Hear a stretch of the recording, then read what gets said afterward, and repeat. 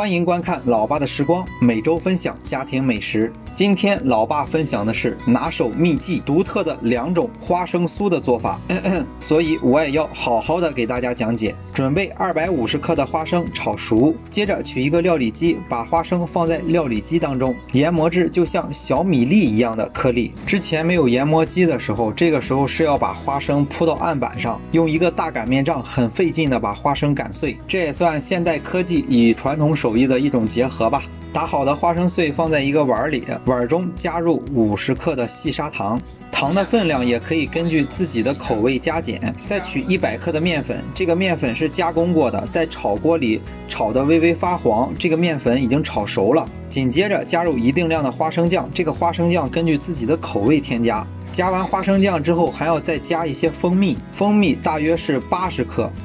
加一定量的食用油，没有要求，猪油、色拉油、玉米油都可以。添加完所有的材料之后，把这个材料全部混合均匀，混合到什么程度？看上去是散的，但是用手一攥可以攥成团儿。这样在添加花生酱和蜂蜜的时候，去调节它的分量，来达到这个食材的形态。这个时候来制作油面和油酥。油面和油酥是中国苏式糕点必备的2种的材料，制作起来方法不是很难。油面是240克的面粉，普通面粉就可以，加入60克的色拉油，再加入125克的清水，直至和成一个柔软的面团。为了防止我们在做的时候破酥，油面最好做好之后放半个小时至1个小时。油酥就更简单了，240克的普通面粉加入120克的食用油。由于我们做出来是自己吃，所以这一步没必要添加剂和香料。这个花生酥的配料做出来已经特别好吃了。这样所有的材料就准备好了，稍等油面自然醒发一会儿，取过来刚才和好的油面和油酥一分为2。这样我们就准备了2份食材，2份食材制作2种不同手法的花生酥。虽然说2种的食材一模一样，做出来的味道还真有一点不一样，可能是我的心理感觉吧。把酥包到油面里，包好之后，桌子上撒上干面粉，取来一个擀面杖，轻一点，慢一点，慢慢的擀成一张圆饼，然后折成3折。接着借助少许的干面粉，再重复一次。为了保证视频的完整性，我尽量没有做过多的删减，很多的地方都是用到的快进，这样方便大家去看。第2次擀完之后，再叠成3折，再去擀第3次。第3次就要小心一些，尽量不要把面皮擀破，这样就破酥了。破酥了之后，做出来的糕点就不好看。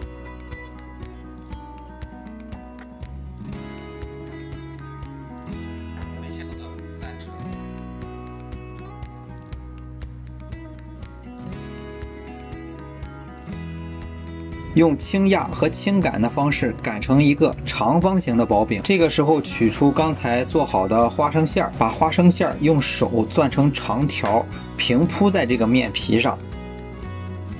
铺好之后，把两边的面皮翻过来，把这个馅儿包裹起来。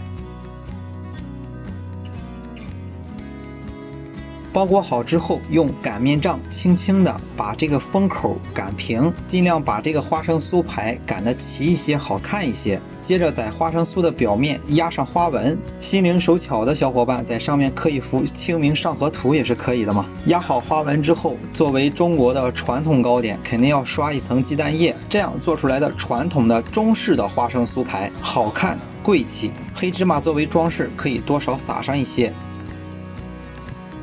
这样的话，拿一把刀取中间切开，然后一直取中间切开，这样做出来的糕点一样大，而且是双数。这样做好之后，直接放在烤盘中，立马放在烤箱里去烤。稍有懈怠，这个花生酥里的油就会渗出来，油渗出来之后再去烤，做出来的糕点就会硬。至于怎么烤，我们讲完第2种制作方法之后，再去教给大家设定温度。第2种做法，前面的包酥擀酥的步骤基本上都是一样的，所以我就直接快进到这一步。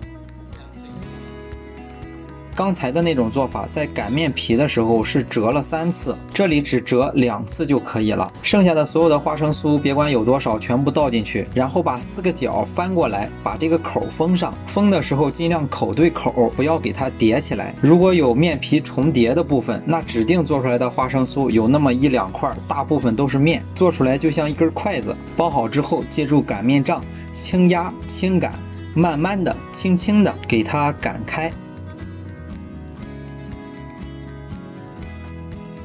这个时候再给它叠一次3折，擀的时候尽量不要破酥，哪怕多撒一点干面粉，也不要擀破酥。擀成长方形之后，先把2个边儿给去掉，把剩余的部分切成拇指宽的这种条状。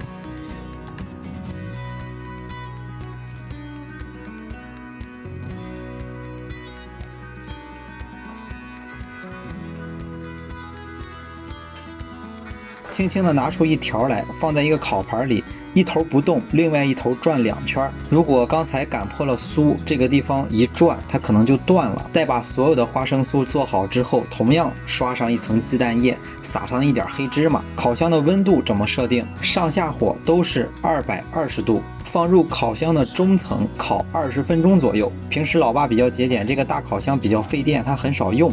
做好了之后就要直接烤，所以说今天就2个烤箱同时烤。今天的解说比较严格，我也是想着今天把最好的东西分享给大家。今天虽说做的是一种美食，但更是老爸一生的经验。